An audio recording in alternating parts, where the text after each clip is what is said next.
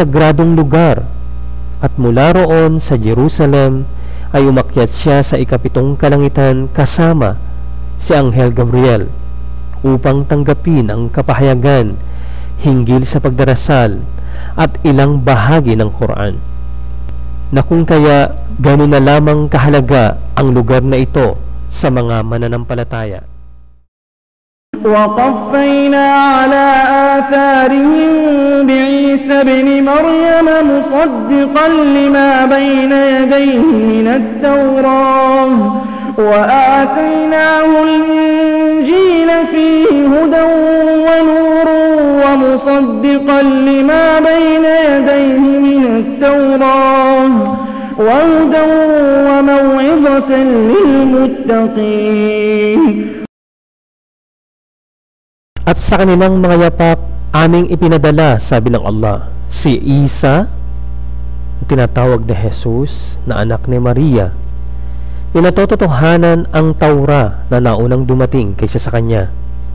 At amin ding ibinigay sa kanya ang Injil, ng ibig sabihin ay Ebanghelyo, na kung saan ay isang gabay at liwanag at pagpapatunay sa Taura na nauna kaysa rito, isang pamamatnubay at paalaala para sa mga may takot sa Allah.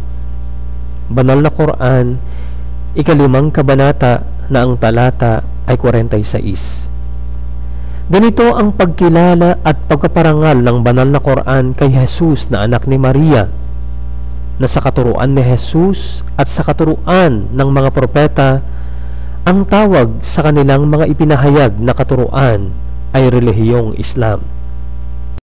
Inna ad-dina 'inda Allahi al-Islam. Katotohanan, ang tunay na relihiyon mula sa Allah ay al-Islam. Banal na Quran, 3 kabanata na ang talata ay 19.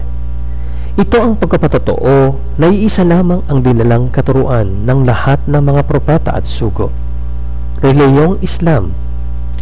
Relihiyon ng ibig sabihin ay batas o pamamaraan ng pamumuhay. Al-Islam ng ibig sabihin ay pagsamba o pagtalima sa Allah at pagsunod sa kanyang kautusan.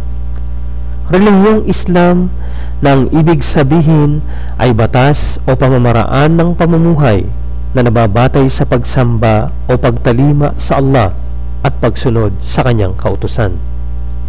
Ang relihiyong ito ang siyang dinalang katuruan ng mga propeta sa lahat ng henerasyon.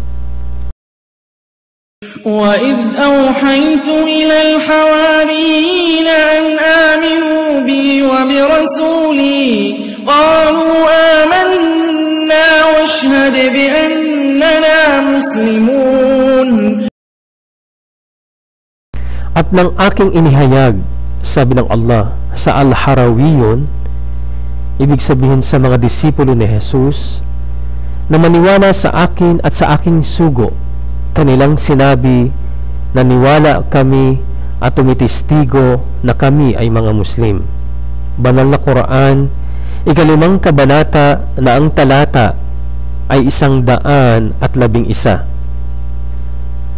Na kung kaya ang sinumang sumunod sa katuruan ng mga propeta ay tinatawag na Muslim, na ang ibig sabihin ng salitang Muslim ay ang pagsuko, pagtalima, pagsunod sa kagustuhan ng Allah. At walang sino man ang nagpangalan nito kundi mismo ang Allah na tagapaglikha. Millata abikum Ibrahim huwa sammakumul muslimina min qablu wa fi hadha. Ito ang relihiyon ng inyong ama na sa Ibrahim, na ito ay patungkol sa relihiyong Islam.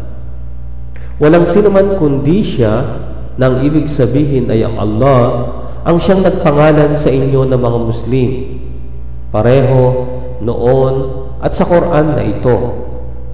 Ang pagkakasali ng kahulugan, banal na Quran, 22 kabanata na ang talata ay 78. ما كان إبراهيم يهوديا ولا نصرانيا ولكن كان حنيفا مسلما